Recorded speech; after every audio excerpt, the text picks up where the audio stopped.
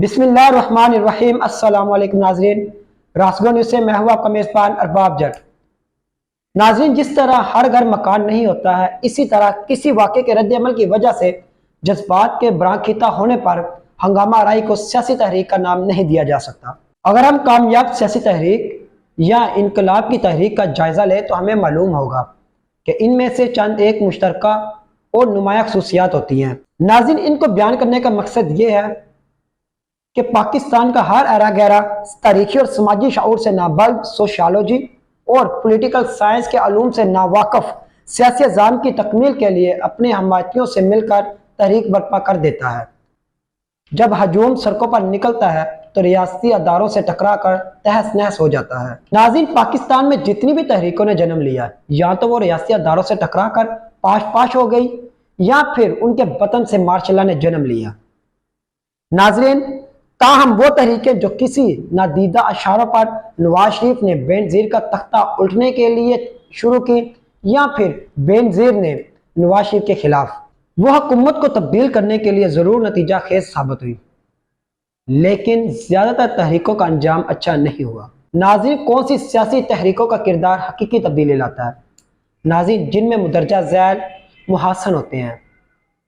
اول، وہی سیاسی تحریک تاریخی کردار ادا کرتی ہے جو انسانوں پر جبر و ظلم کو ختم کرنے کے لیے ایک قابل عمل نظریہ اور لاہ عمل رکھتی ہو۔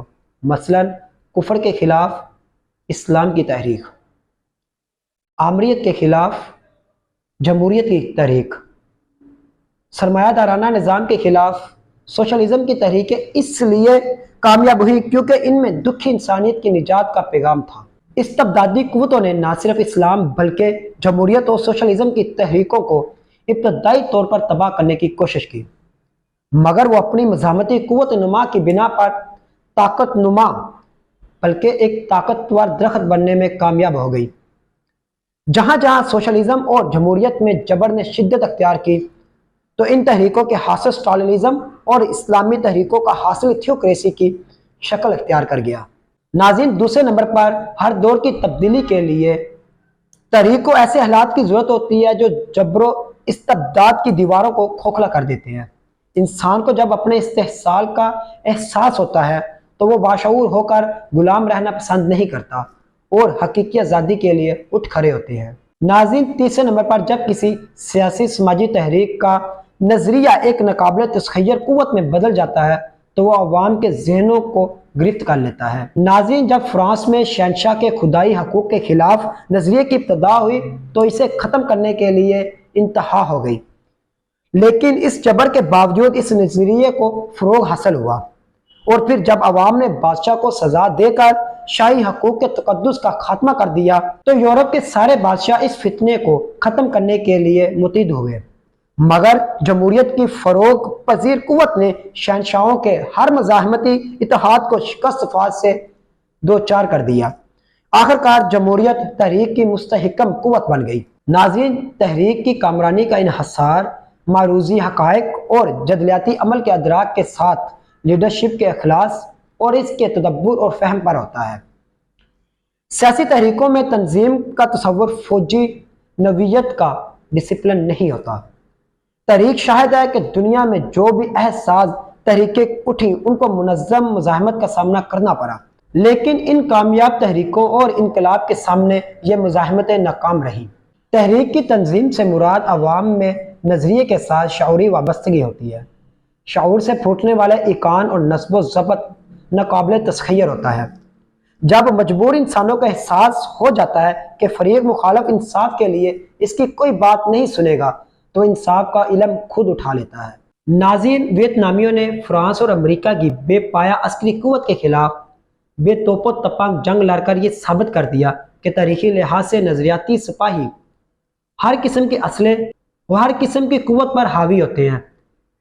افغان طالبان نے بھی ایسا ہی کر دکھایا۔ ناظرین، چوتھے نمبر پر عہد ساز تحریکوں کے بارے میں بہت بڑی غلط فہمی یہ پائی جاتی ہے کہ تحریک لیڈر بناتے اور چلاتے ہیں۔ دراصل سائنسی اور تاریخی لحاظ سے بات کچھ یوں ہے کہ ہر تحریک اچھی تنظیم کامیاب بناتی ہے اور اچھی تنظیم کا انحصار اچھے لیڈر پر ہوتا ہے۔ اور اچھا لیڈر اچھے نظریے کا محتاج ہوتا ہے۔ ناظرین، اردگان کی کامیابی کے پیچھے اس کا یہ نظریہ کہ خلافت عثمانیہ کی نشاط ثانیہ ہے، جو اس کو عوام کی آنکھوں کا تارا بنانے میں اہم کردار ادا کر رہا ہے۔ عوام اس کی خاطر ٹینکوں کے آگے لیٹ رہے ہیں۔ اس لیے ہمیں معلوم ہونا چاہیے کہ اچھے لیڈر کا سرچشمہ انسانیت پرور تاریخی نظریہ ہوتا ہے۔ اچھے نظریے کے بغیر نہ تنظیم ہوتی ہے اور نہ ہی لیڈر قوم اور وطن کی تعمیر کر سکتا ہے۔ ناظرین، ہٹلر اور میسولینی کی تحریک انسانیت سوز اور تحریکی لحاظ سے فرسودہ اور غیر یقینی ذاتی امنگوں کی آئینہ دار تھی۔ اس لیے باوجود زبردست فوجی ڈسپلن کے دونوں ڈکٹیٹر بری طرح ناکام ہوئے۔ اسی طرح برطانوی سامراج کا دائی چرچل بہت بڑا باصلاحیت لیڈر تھا، مگر جنگ جیت کر بھی وہ برطانیہ کو زوال ہونے سے نہ بچا سکا۔ بھٹو نے سوشلزم اور جمہوریت کا نعرہ لگایا، مگر اس کا یہ نعرہ اس کی سیاسی پارٹی کی خود غرضی کی بھیڑ چڑھ گیا۔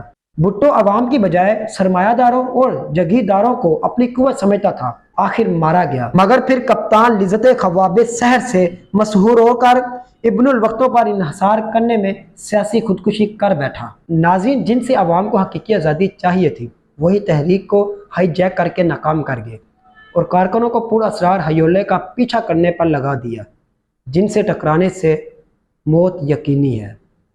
اللہ ہم سب کا حامی و ناصر ہو۔ دوبارہ ملاقات ہوگی نئی ویڈیو نئے موضوع کے ساتھ، تب تک کے لیے اجازت دیجیے۔ اللہ حافظ۔ پاکستان زندہ باد۔